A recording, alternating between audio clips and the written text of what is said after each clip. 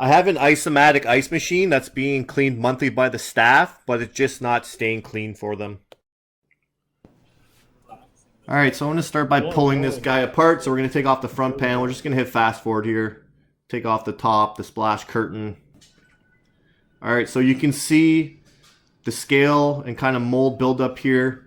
But in here, there's kind of like slimy water kind of floating at the top. And the machine is fairly clean. And I did check with them. They are following the correct procedures for cleaning it. So I'm going to go investigate this dump valve to see if we're bringing in fresh water at the end of every cycle.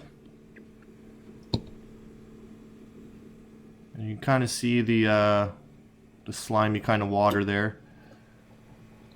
So I'm going to put it in wash mode.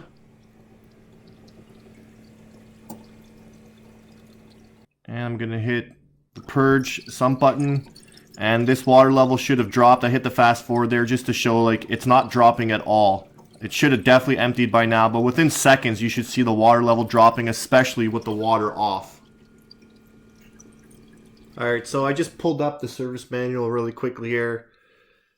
And it describes our water purge valve. So when the machine enters the harvest cycle, the water pump continues to run and the purge valve opens. This allows mineral-laden water to be pumped from the water trough to the drain.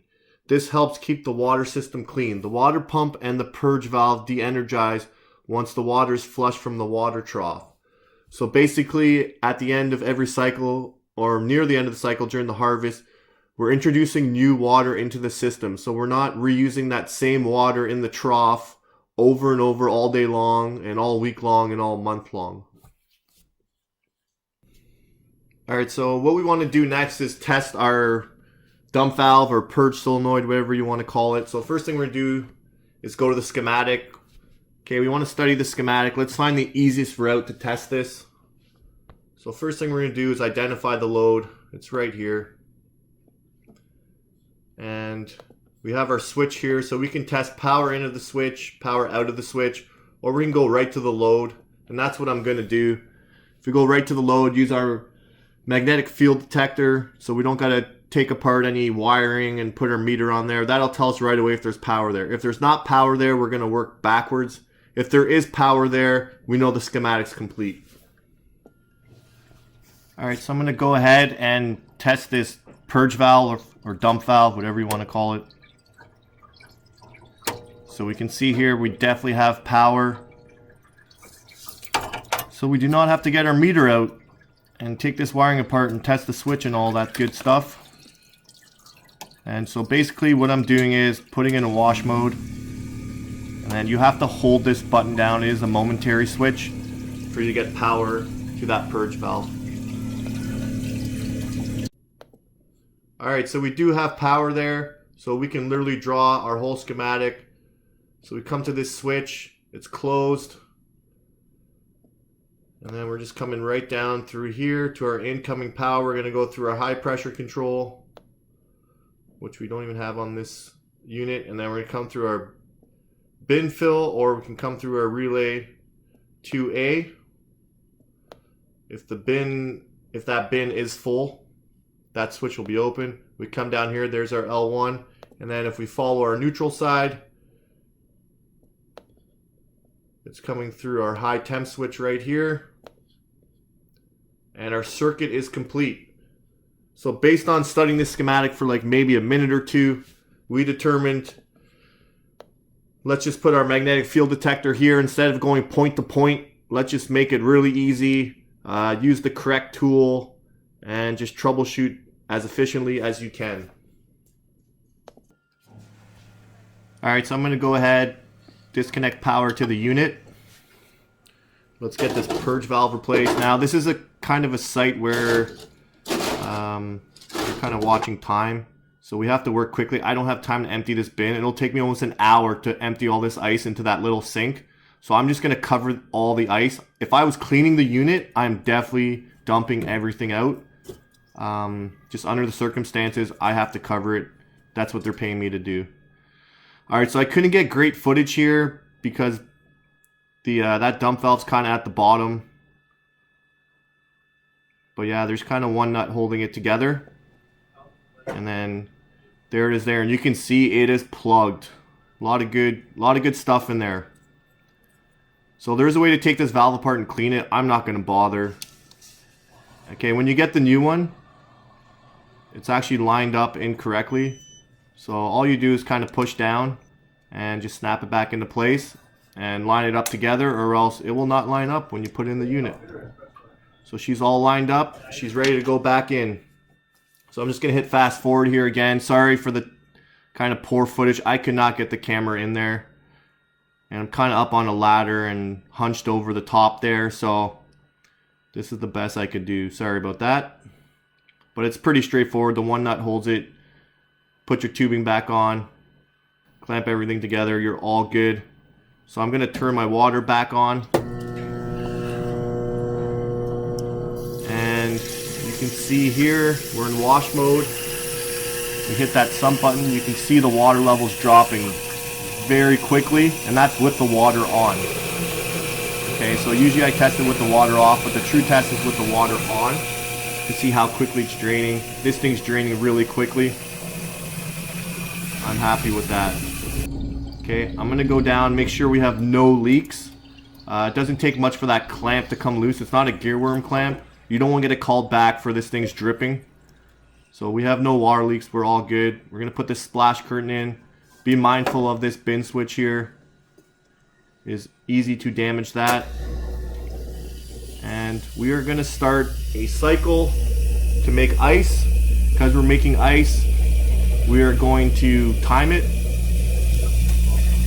Okay. It's always important to make ice after. You could have disconnected anything or damaged anything. I know it adds 20 minutes to the service call, but it needs to get done. So 15 minutes. We are getting into harvest. And we're going to go see how uniform this sheet of ice is and how it's dropping. If it's dropping as one piece or if that water distribution's poor.